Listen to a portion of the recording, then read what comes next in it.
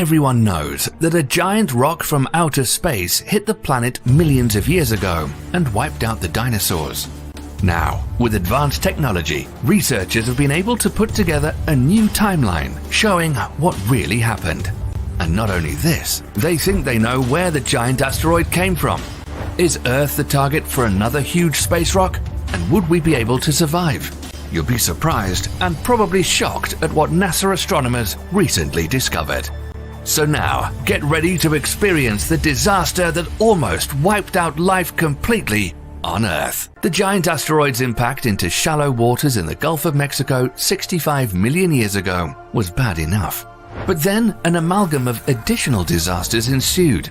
Rocks fell from the sky, wildfires ignited, and tsunamis inundated distant shorelines. The researchers found that the first day of the Cenozoic was peppered with cataclysms and released a new record of this day of chaos in Proceedings of the National Academy of Sciences. Their timeline was developed using high-resolution photography, microscopy, computed tomography imaging, and magnetic measurements of hundreds of feet of sedimentary rock recently recovered from Chicxulub, one of the largest impact craters on Earth. And it all began like this. Imagine you were somewhere in North America about 65 million years ago, when dinosaurs ruled the Earth, and you were looking up at the night sky. You would have probably seen what appeared to be a bright star shining off into the distance. But if you watched this peculiar light for an hour or two, the object would seem to grow in brightness, but barely move. What you would be looking at is not a star, but a huge asteroid somewhere between 11 to 80 kilometers wide, on a direct intercept course with the Earth at 72,420 kilometers per hour. Hours later, the asteroid plows through Earth's atmosphere, heading straight for where the Yucatan Peninsula is today. At impacts of that speed, Earth's atmosphere acts like water. Smaller space rocks called meteors hit the atmosphere like pebbles thrown into a pond and decelerate rapidly at high altitudes, burning away from the friction of the atmosphere, while some bigger pieces of rock survive and fall to Earth. But the mountain-sized Chicxulub asteroid hits our atmosphere like throwing a boulder into a puddle. It maintained its velocity and plunged through the entire 60 miles of atmosphere in just 3 seconds. The asteroid shrieks over Central America, emitting the mother of all sonic booms that would shatter eardrums across all the continents. The dinosaurs were likely terrified and running in all directions, having no idea what was just about to happen. But if any animal was close enough to see the asteroid, they would have been instantly vaporized within minutes. In fact, except for sea turtles and crocodiles, no four-legged animal larger than 25 kilograms would survive. The mountain-sized space rock falls so quickly that the air itself cannot escape. Under intense compression, the air heats to thousands of degrees almost instantly. Before the asteroid even hits, compressed superheated air vaporizes much of the shallow sea that covers the Yucatan. Milliseconds later, the rock plunges through what's left and slams into bedrock. In that moment, a chain reaction of events occurs. The impacting asteroid exerts so much pressure on the Earth that soil and rock flow like fluids. The flowing up and down movement of the Earth is like the double splash of someone doing a cannonball in a swimming pool. The initial splash in all directions is followed by a delayed vertical splash when the cavity created by the asteroid rebounds to the surface. The first wall of Earth gouged outward at the moment of impact is more than 32 kilometers high. The impact hole nearly breaches Earth's mantle, and when the cavity rebounds to form the delayed vertical splash, the Earth rises at over 1,600 kilometers per hour to heights taller than Mount Everest. Within minutes, this mountain of debris almost entirely collapses in a series of secondary explosions, leaving behind a smaller mound called a crater's peak ring. At the same moment the asteroid strikes the Yucatan and applies its pressure to the bedrock, it converts the kinetic energy of a 7.5 billion-ton rock traveling 16 kilometers per second into searing heat in an instant.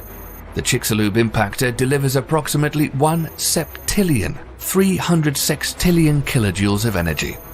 More energy than 1 billion Hiroshima atomic bombs.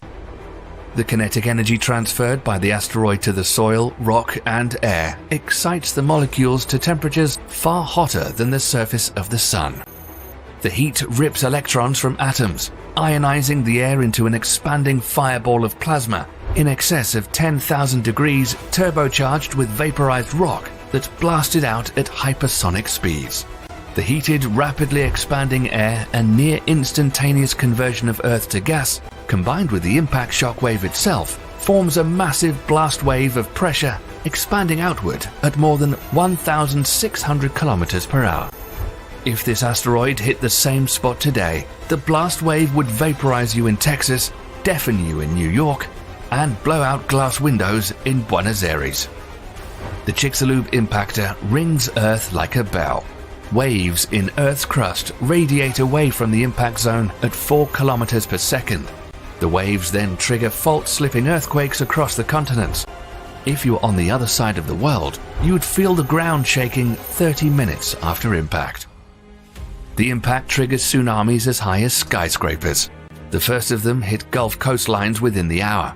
Waves ranging from 600 feet to perhaps as tall as 1,000 feet smash into what is now Mexico and the southern United States and flood tens of miles inland.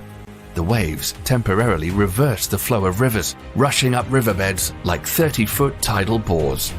Tsunamis smash into the eastern coast of the United States, and 6 hours after impact, max out at 600-foot high walls of water that slam into Europe, Africa, and the Mediterranean coasts. Within 15 hours of impact, waves arrive on every coastline on the planet. Depending on local topography, the ocean sweeps away anything in its path and sucks it back to the sea when the waters finally retreat. It already sounds like Armageddon, but even more disasters are on their way. When the big rock strikes, its splash accounts for 25 trillion tons of Earth that it launches on ballistic trajectories, some at speeds that exceeds Earth's escape velocity. These rocks excited Earth's gravitational pull to either orbit the Sun, and some of this material probably reached the Moon. But the majority of ejected debris returned back to Earth within the hour. These glass-like chunks, called tektites, some as large as buses, but most the size of marbles, pelt the Earth at speeds ranging from 160 to 320 kilometers per hour in lethal quantities. Regardless of where any remaining dinosaurs were on Earth, they were hit with this fiery hailstorm. But these glass bullets didn't need to hit the dinosaurs to be fatal. As these tektites fall, their friction with the atmosphere emits enough thermal radiation to set fires across the planet. By some estimates, the combined heat of the returning embers heats the planet to the equivalent of an oven set to broil. Most of the world's trees burn, which is perhaps why the only bird species that survive the impact are those that nest on the ground. Of the few larger land animals to avoid extinction, nearly all have had some means of escaping the heat. They either could burrow like small mammals, snakes and lizards, or escape into water like crocodiles or turtles. Even if the poor dinosaurs were on the other side of the world, they would have needed to find protection from the initial heat blast. In a final piece of terrible luck for the dinosaurs, Chicxulub happens to strike an area rich in oil and sulfur. The impact ejects 100 billion tons of vaporized sulfur and 30,000 quadrillion gallons of water into the atmosphere, which then condenses into massive storm clouds and falls back as torrents of acid rain that acidified the oceans.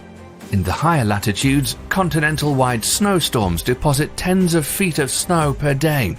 But the global deluge doesn't last long, because in addition to water, Chicxulub vaporizes and explosively ejects 150 football stadiums worth of oil from the Yucatan bedrock. This oil condenses in the stratosphere as a black sooty layer covering the Earth like a coat of black paint.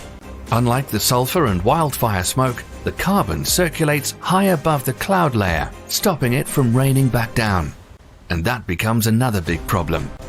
The soot layer remains in the atmosphere, reducing the amount of sunlight that reaches Earth's surface by 90% for at least 2 to 3 years. The initial oven-like heat brought on by the returning tektites is followed by a deep and long-lasting freeze. Global temperatures drop by an average of almost 50 degrees. The only place on Earth to avoid this deep freeze are Madagascar, India, and Indonesia, which were tropical islands during this time. In the global chill, evaporation almost ceases, dropping rainfall by 80%. Nearly every spot on Earth outside of these tropical islands dries into a desert. Where did this giant rock come from? And is there another one out there headed for us? Researchers using a supercomputer studied asteroid evolution using data from known asteroids. The two-member team of Avi Loeb and Amir Siraj suggested that the Chicxulub asteroid likely originated from the Oort cloud, a sphere of debris at the edge of the solar system. It could have been a much larger comet that was pushed off course by Jupiter's gravitational field and sent close to the Sun, where it broke into several pieces. These fragments can cross the Earth's orbit and hit the planet once every 250 to 730 million years. Judging from this study, it's not a matter of if we could be hit by another giant rock from outer space, but when. On Saturday, December the 11th, 2021, NASA revealed that a 330-meter-long asteroid named 4660 Nereus screamed past Earth around 3.8 million kilometers at a speed of 6.5 kilometers per second. While you might not think this is very close, any slight deviation in its orbit could put it on a direct course with us and smash into the Earth in the future. Astronomers are tracking this potentially hazardous rock and say it'll come within 1.1 million kilometers of Earth on Valentine's Day in 2060. Buy your flowers and get those proposals done early just in case. Keep in mind, the asteroid that caused the Chelyabinsk explosion in Russia in 2013 was just 20 meters in size. The bad thing is that we don't have any known way to defend the Earth from a giant space rock. However, NASA's DART mission, or Double Asteroid Redirection Test, will try to see if a spacecraft can autonomously navigate to a target asteroid and intentionally collide with it, causing a kinetic impact that could push the asteroid off a collision course with the Earth. DART's target is Dimorphos, an asteroid moonlet which orbits a larger asteroid named Didymos. The spacecraft is set to arrive in late September 2022, when the Didymos system is 11 million kilometers from Earth. However, it's estimated that the collision will change the speed of the moonlet by a fraction of 1%. Stopping a 10-kilometer wide or bigger asteroid hurtling towards the planet at more than 72,000 kilometers per second will take a lot more than a small spacecraft impacting it. Perhaps the world would need to try nuclear weapons, like in the movie Armageddon. Maybe you have an idea how we could stop a world-ending asteroid, and you'll become famous. Let us know what you think. And make sure to stay tuned here for more exciting stuff happening in our universe. Thanks for watching.